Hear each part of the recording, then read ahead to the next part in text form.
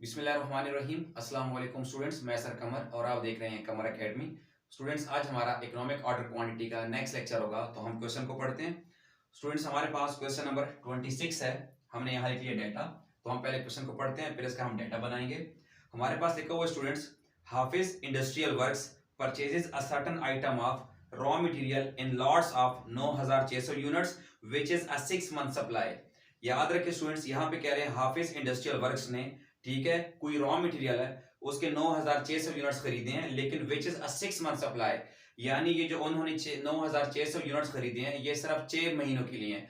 तो स्टूडेंट्स, हमें तो चाहिए होता है एआर, एनुअल रिक्वायरमेंट, साल के लिए, जिसमें 12 महीने होते हैं। तो ये जो डाटा है ये तो 6 महीने का है। तो क्या करेंगे स्टूडेंट्स, यहां हम लिख लेंगे 9600 मल्टीप्लाई 2 कर देंगे, मल्टीप्लाई 2 कर देंगे। क्यों बोला? इसलिए क्योंकि हमारे पास ए आर चाहिए और वो कह रहे हैं 6 महीनों की सप्लाई है। तो साल में कितने बार 6 महीने होंगे? 2 बार। 6 + 6 12। तो इसलिए क्या कर दिया, 2 से मल्टीप्लाई कर दी। इट्स मीन ये हाफ ईयरली यूनिट से। ठीक है स्टूडेंट्स, तो ये हमारे पास ए आर जो आ जाएगा 19200 आ जाएगा ए आर पूरे साल के लिए। ठीक है, और जो 9600 यूनिट्स है वो 6 महीनों के लिए थे। आगे चलते हैं स्टूडेंट्स। आगे कह रहे हैं the cost per unit.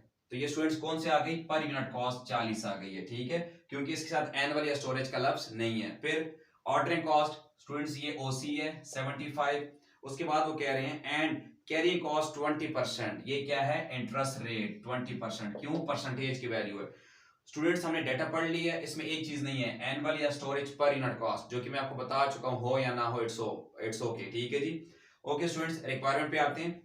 Required में कह रहे हैं how much can the company can save per year by buying in the most economical lots.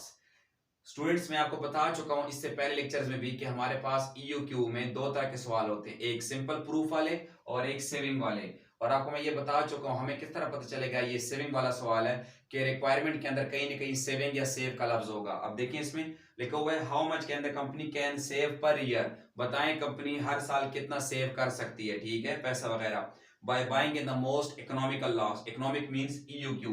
याद रखिए स्टूडेंट्स, सिंपल प्रूफ वाला क्वेश्चन हो या सेविंग वाला, ईयूक्यू का फार्मूला फर्ज होता है। तो यहाँ पे खुद कह रहे हैं bye buying in the most economical, यानी पहला फार्मूला कौन सा फाइंड करें? ईयूक्यू वाला। तो स्टूडेंट्स, फार्मूला हम पहले से लिख चुके हैं, अब पुटिंग करते हैं इसमें। 2 मल्टीप्लाई ए आर हमारे पास 19200 है, और ओ सी हमारे पास कितना है? 75 है। जबकि सी सी हमारे पास स्टूडेंट्स कितनी चीजें? 2, एक पर यूनिट और एक परसेंटेज। तो तभी क्या बनेगा? पर यूनिट कॉस्ट की परसेंटेज लें, यानी 40 से कितना लेंगे? 20%। ठीक है स्टूडेंट्स, तो ऊपर वाला को हम आपस में पहले प्लस कर वो मल्टीप्लाई कर लेते हैं।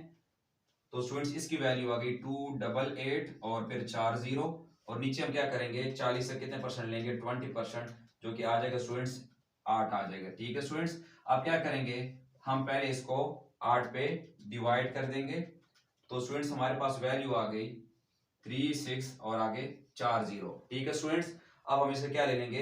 अंडर रूट ले लेंगे। ठीक है, तो स्टूडेंट्स इसका अंडर रूट लेने के बाद हमारे पास जो आंसर आया वो आया 600। लेकिन आगे क्या लिखें स्टूडेंट्स? यूनिट्स। क्योंकि मैं आपको बता चुका हूं इससे पहले भी लेक्चर्स में कि आपने ईयूक्यू का जो आंसर आएगा उसके साथ आपने क्या लिखना है? जो ए आर के साथ आगे लिखा होगा। अगर यूनिट्स हैं तो यूनिट्स, ग्राम्स है तो ग्राम्स। ठीक है स्टूडेंट्स, ये हमारे पास आ गया ईयूक्यू का आंसर।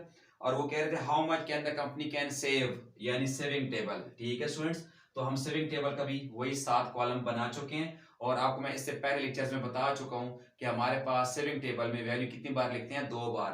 तो ए आर हमारे पास कितना है स्टूडेंट्स? 19200, इसको हम 2 बार लिख लेंगे। उसके बाद स्टूडेंट्स, ईयूक्यू का जो हमारे पास आंसर आया है वो हम हमेशा किस में लिखते हैं? सेकंड रो में, इसमें आ जाएगा।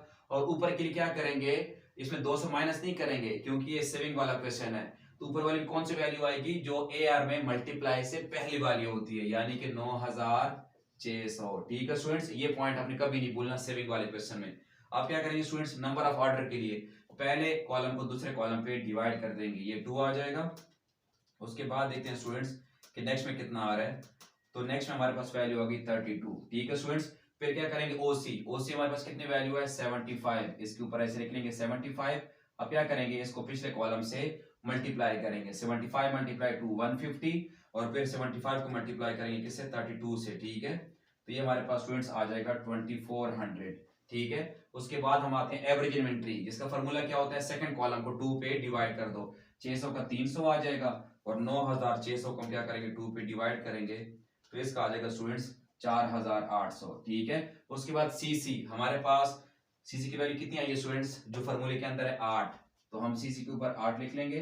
इसको क्या करेंगे पिछले कॉलम से मल्टीप्लाई करेंगे। ठीक है, 8 मल्टीप्लाई 4800, तो ये स्टूडेंट्स वैल्यू आ गई 38400 और 8 को फिर किससे मल्टीप्लाई करेंगे 300 से, ये हो जाएगा 2400।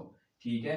उसके बाद स्टूडेंट्स टीसी की वैल्यू हमारे पास कैसी आती है, ओसी प्लस सीसी, तो 150 में प्लस करेंगे 38400, तो हमारे पास इसका आंसर आ जाएगा 38550।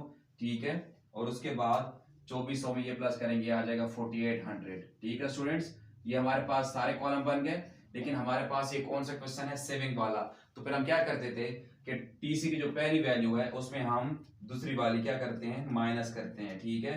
तो हमारे पास स्टूडेंट्स इसका जो आंसर आ गया वो 33750 और इसको हम क्या नाम देंगे, सेविंग ऑफ द कंपनी। ठीक है। तो स्टूडेंट्स यहाँ तक हमारा ये क्वेश्चन कंप्लीट हो गया है और हमारे आंसर भी सही आ गए और यहाँ तक हमारा स्टूडेंट्स ये लेक्चर भी कंप्लीट हो गया है। उम्मीद करता हूँ आपको इसकी भी समझ आ गई होगी।